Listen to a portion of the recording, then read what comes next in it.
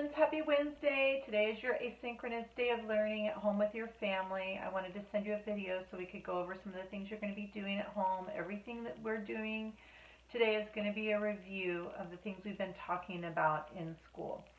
So the first thing I want to share with you is my turkey. This is the handprint turkey that we made and painted in our class last week. And on the feathers, I wrote out 4 things that I am thankful for. So on my feathers, I wrote the word home. So I'm thankful for my home. Family is another thing I'm thankful for. School, I'm so glad that we get to continue to learn, even though it's in a different way. We're still doing a great job at school. And then my dog Sadie is one of the things I'm thankful for too.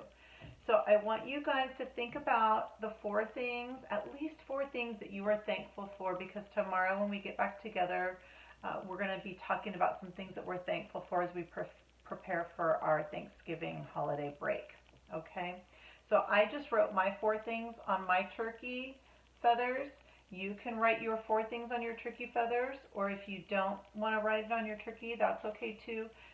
I would just love for you to be thinking about and coming up with 4 ideas that you're thankful for. All right, well, in relationship to school, one of the things I'm thankful for is school. I wanted to share this dinosaur story with you. So this week, at the beginning of the week, we did that activity where the dinosaurs were doing things that were safe. And this is a story about how dinosaurs go to school. This is written and illustrated by Jane Yolen and Mark Teague.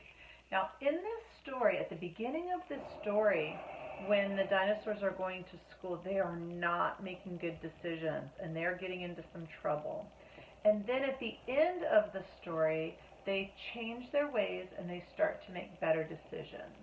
So I want you to think about that as we get ready to do in our reading companion, closed reading companion. I want to do pages 25 and 26 about how dinosaurs go to school. So this first page is something the dinosaur is doing at the beginning of the story that is not a good way to behave at school. And then on page 26 is draw something that the dinosaur is doing at the end of the story that is a good choice that the dinosaur is doing to have good behavior at school. Okay? So I want you to be thinking about what's happening at the beginning of the story that's not good, what's happening at the end of the story that is a better choice for these dinosaurs. So you can write about that in your journal today. So this title of this story is How Do Dinosaurs Go to School? And there's our news site, word 2 right there. And it's a question mark. So at the beginning, let's see what these dinosaurs are up to. How do dinosaurs go to school? How does a dinosaur go to school? Does he walk? Does he ride in a busy carpool? So is that a good, safe thing for the dinosaur to be doing to go to school, riding on top of the car? Look at the mom's face. She does not look too happy about the dinosaur being on top of the car. Here's another dinosaur going to school. Does he drag his long tail? Is he late for the bus? Does he stomp all 4 feet? Does he make a big fuss? So in this picture, he's running late for school, and he's racing to get on the school bus. And he even stepped on this child's bike and smashed it when he was stomping his way to school. So that's not a good choice. When he gets to the school, does he roughhouse and punch? Does he make a quick grab for a classmate's packed lunch? So in this page, he's grabbing this little girl's lunchbox, which is not okay. But look what's happening over here. Look how rough he's playing with the other kids. Not a good choice.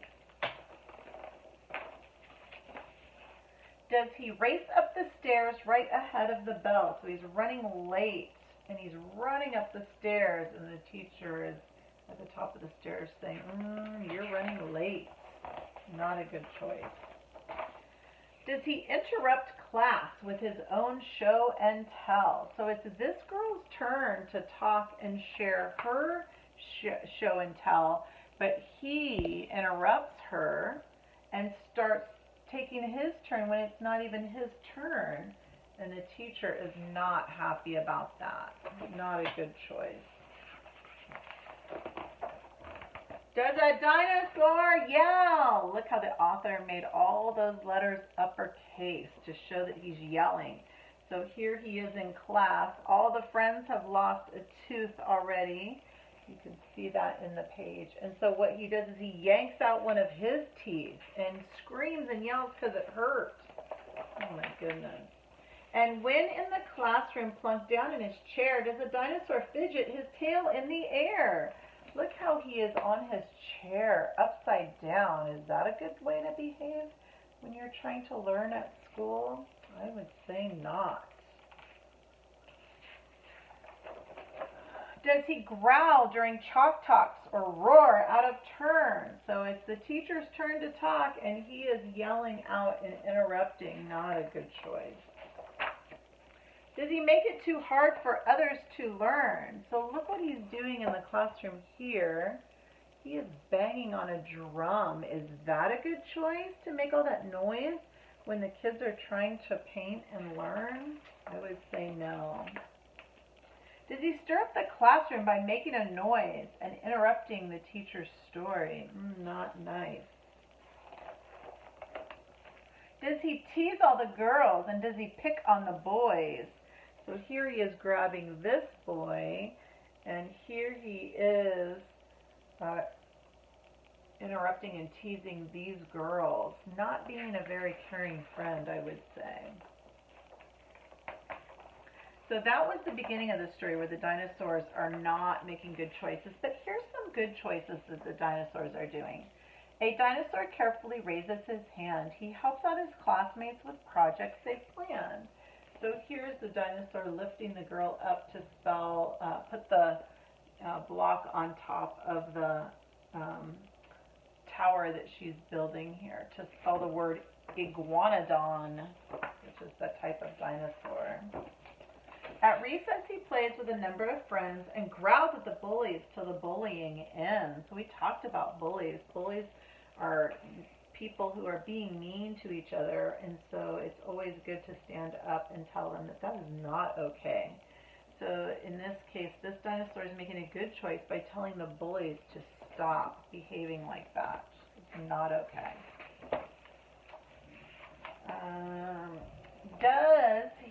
He tidies up his desk and he leaps out the door. So before he goes home for the end of the school day, he cleans up his learning area. That's a good choice too. Good work, little dinosaur. So at the end of the story with the dinosaurs, they are starting to make good choices. So in your journal today, I want you to think about something in the story that the dinosaurs did that was not a good choice on page number 25. And then on page 26, I want you to think, what is a good behavior choice that the dinosaurs were doing at the end of the story? Okay? So that is for reading today. For writing today, I want you to practice writing your letter I for this day or for our letter of the week. It is on page number 84. So I want you to make sure when you're doing your uppercase I, you start at the top and go down, and then across at the top and across at the bottom. Remember, these dots are for your starting point. The lowercase I want you to start on the dot and go down, and then make a dot at the top. Please don't make a bubble, but just make a dot up here in the upper space above the dotted lines. Okay, so that should be pretty easy for you because we've been working on that all week. All right, now you guys have done a great job on our math test for equal and also greater than, but tomorrow we're going to take our math test part on less than. So here's what I want you to do. I want you guys to get a blank white piece of paper.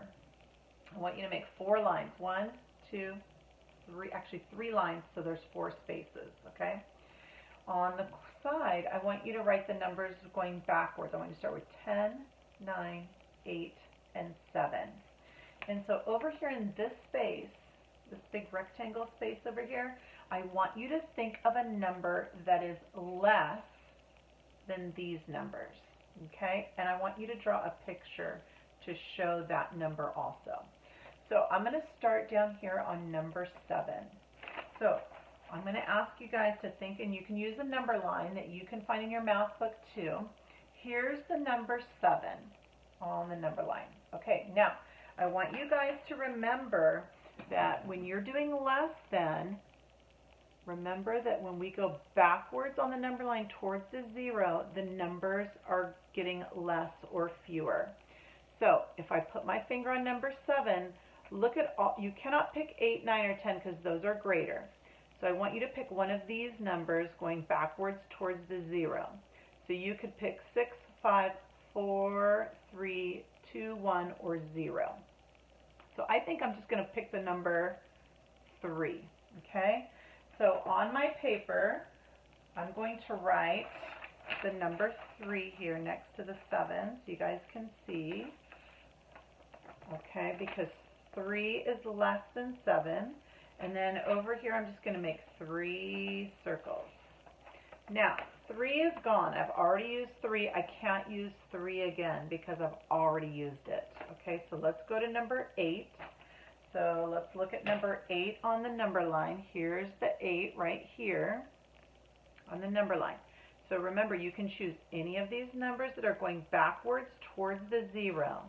So you can pick any of these numbers, but please don't use 3 because we already used 3. Okay, I want you guys to choose different numbers that are less than the number in the box. So I think I'll choose number 5. Let's choose number 5 because 5 is less than 7 because it's, or excuse me, 5 is less than 8 because it's going backwards on the number line. So I will write the number 5 and then I'm going to make 5 circles to show that 5 is less than 8. Okay? And we'll do the same thing for number 9 and the same thing for number 10. Doing this will help us prepare for our math test tomorrow on less than. Okay? The last thing I have for you for social studies is this page right here. This is about how life was long ago and how things have changed. So this is a pilgrim girl playing with her pilgrim doll. And this is lesson number 3, page 53. This is the page that you should have picked up when you came and picked up your pumpkins with me, okay?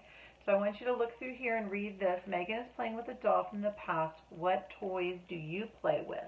So maybe toys will end up being one of the things that you're thankful for, because I think the pilgrims were thankful for their toys too. And then when you open it up, these are pictures of what life was like long ago. There was not any running water, so if you wanted running water, you had to get it out of a hole in the ground in a well. And then these are some farmers. There were no tractors or machines back then, so they had to use horses to help them. So it says, many people lived on farms. How was life different on a farm long ago? So you're going to take a look at these pictures and write here, what was different? So you might say horses for farming or water from a well, which are the words are right here for you to look at, or you can come up with your own idea of what farming was like. You can think about the pilgrims and what they had to do when they were trying to farm, okay, what they had to do to survive in the new land. All right, and then we're going to turn to this page. Things have changed over time. Then means long ago. So this is what sewing looked like long ago. This is what the telephones looked like long ago. I remember my grandma having a phone like that where you had to stick your finger in and turn it and dial. And then these are what roller skates looked like long ago. Okay? So then these are the more contemporary, or the things that we may see now. So a mobile phone that you don't have to plug in. So we're going to connect this phone to this phone. Phone long ago, phone now. Roller skates then, roller skates now. These are like rollerblades. And then sewing back then by hand with a needle and thread, and now we'll use a machine to sew. So we're just going to crisscross and connect then and now pictures. Okay? On the back, this is an extra credit thing. You do not have to do this, but it's showing you that life long ago, the kids took place in some groups. This is a 4-H club where the kids helped the animals at the fairgrounds and worked with animals, and this was a Girl Scout. The purpose of this picture is to show you that pictures from long ago are often in black and white because we didn't have colored pictures back then. Okay, so if you want to, you can read through this and talk about this with your family. But really what I want you to do mostly for the social studies today is to talk about what life was like on the farms and how they got their food long ago, and then the then and now pictures. Okay? So I really have 4 things for you guys to do. I have the social studies, I have the math, I have the iPage, and then I have the dinosaur story that I want you to reflect on in here.